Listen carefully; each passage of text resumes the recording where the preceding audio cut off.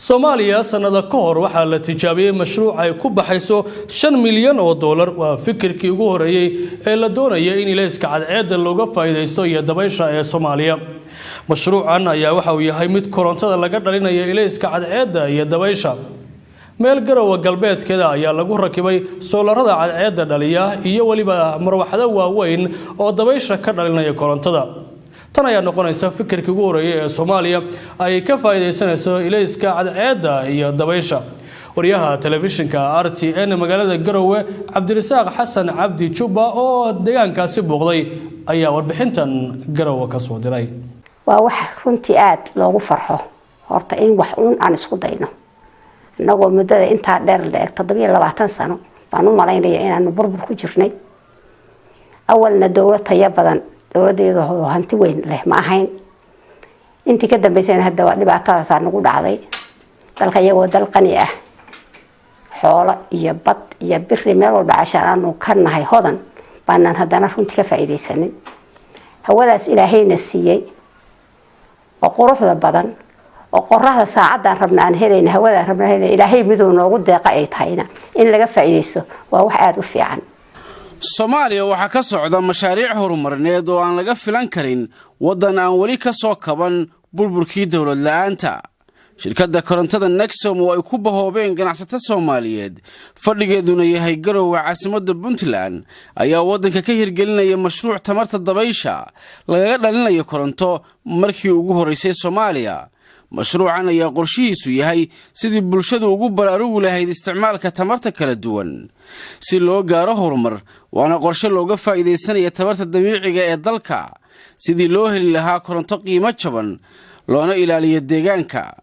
mas'uuliyiinta shirkaddan ayaa sheegay in dhib badan ay ka soo mareen hirgelinta mashruucan.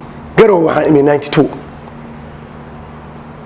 waxa ka shidnaa 4 yaan mar oo dhowr meelood kala yaala qofkana waxa laga qaadi jiray xabadii laambada 2,000 shilin marka gurigaaga haday ku taalo 10 laambadood qofku wuxuu bixinayay 20,000 shilin oo waagaas dollarkuna wuxuu ahaa 2.6 meelahaas u ahaa almost $5 waa laga yaabaa inay markaa ku dhoweyd habeenkii inuu qofku beeriyo. waxaan isku daynay inaanu energy-gu inuu yahay wax laga maarmaan ah waxaan magaalada keenay biyo koronto baraf iyo bulkeeti muddo kadib waxaanu aragnay baahida dimaandiga energy-gu inuu mar walba magaaladu sii dhisato culeyskiisa leeyahay isagaan marka u sii leexnay wixii kale oo dhan waa ka baxan.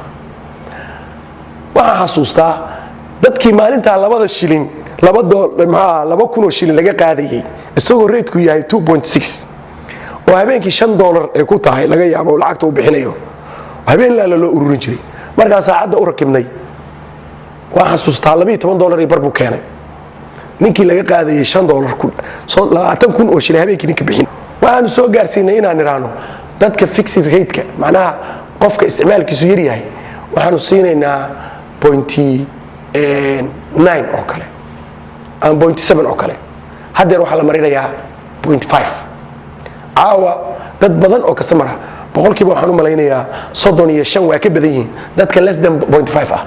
istaraatiijiyad badan bay marka soo martay waxaan soo shidnay motor 3 kilowatt inaan Garowe ku siino koronto waxaanu keenay 45 Garowe inaan ku shidno koronto waxaanu sheegnay 60 inaan keeno 60 kilowatt 45 kilowatt 120 kilowatt 200 kilowatt ilaa markii dambe la gaaray maanta oo marka laga reebo winka iyo solarka 6 megawatt waxa ah generator-ka yaala 6,000 oo kilowatt waxa generator-ka yaala marka lagu daro renewable energy-gana 1,750 kilowatt way inta taala. warbixin gaaban in ka sii mashruucan dabaysha magaalada Garowe oo ay fulinayso shirkadda Nexom oo aad wada taqaanaan shirkadda korontada magaalada siiso wuxuu ka kooban yahay wajigiisa koowaad 3 turbine oo midkiiba quwadiisa ay tahay 250 kilowatt dhererka turbine walbana waa 32 mitir oo uu koray macnaha inta uu koray macnaha 32 mitir waa turbine caadi ah oo adduunyada laga isticmaalo kuwa kamid ah oo ku habboon sayidku hadduu ka saaran yahay iyadoo loo fiirinayo dabeesheeda. turbanka sidiisa wuxuu ka kooban yahay 3 qayb oo muhiim ah.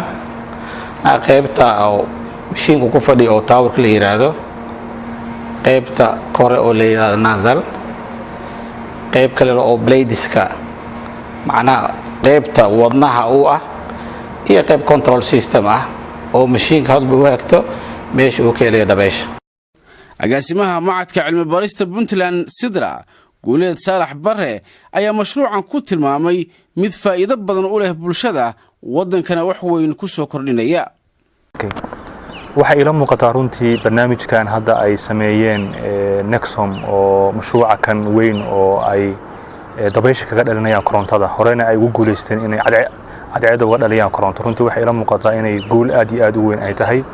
waxay muujinaysaa sida ay ganacsatada Soomaalidu ay hal abuur fiican oo markaa ka duwan waxyaalihii hore loogu xaman jiray oo ahaa inay kaliya isu koobaan ganacsiyo kooban oo raashinka iyo ku kooban iyo badeecooyinka caadiga ah, laakiin inay la yimaadaan hal abuur ganacsi ay aad ugu yaraan jirtay barigii hore. waxay moodaa hadda inay tusaale u tahay sida ay Nexom hadda ay bilowday inay keento hal abuur ganacsi oo fiican ummadana u keenaya faa'iidooyin degdeg ah. waxaan aaminsanahay barnaamijkan hadda hirgalay oo ay bilaabeen inay dabeeshi ka dhaliyaan koronto ka dhaliyaan oo waxyaalaha Ilaahay uu ku manaystay wadankan bay ka mid tahay in cadceed joogto ah oo maaragtay aadan yani inta maalinta ku joogto aad ka faa'iideysan kartid iyo dabayl joogto ah oo 12 biloodba aad ka heli kartid in si koronto joogto aad uga dhalisid. marka waxaan aaminsanahay barnaamijkan hadda ay sameeyeen inuu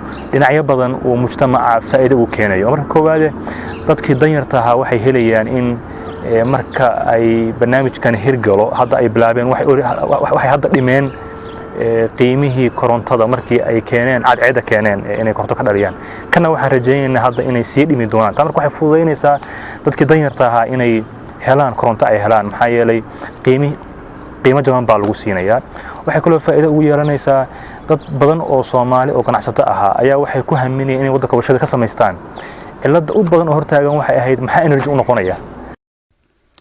mashruuca korontada looga dhalinayo dabaysha waxa ku baxday lacag gaaraysa $5 milyan. shirkadda korontada ee Nexom ayaa noqonaysa shirkaddii ugu horeysay ee mashruucan tabarta dabaysha looga faa'iideysanayo ka hirgelinaysa Soomaaliya. dhamaadka mashruucan ayaa lagu taamayay in bulshadu ay hesho koronto raqiis ah dhammaanna laga wada faa'iideysto. Cabdirasaaq Jubba, RTN TV, Garowe.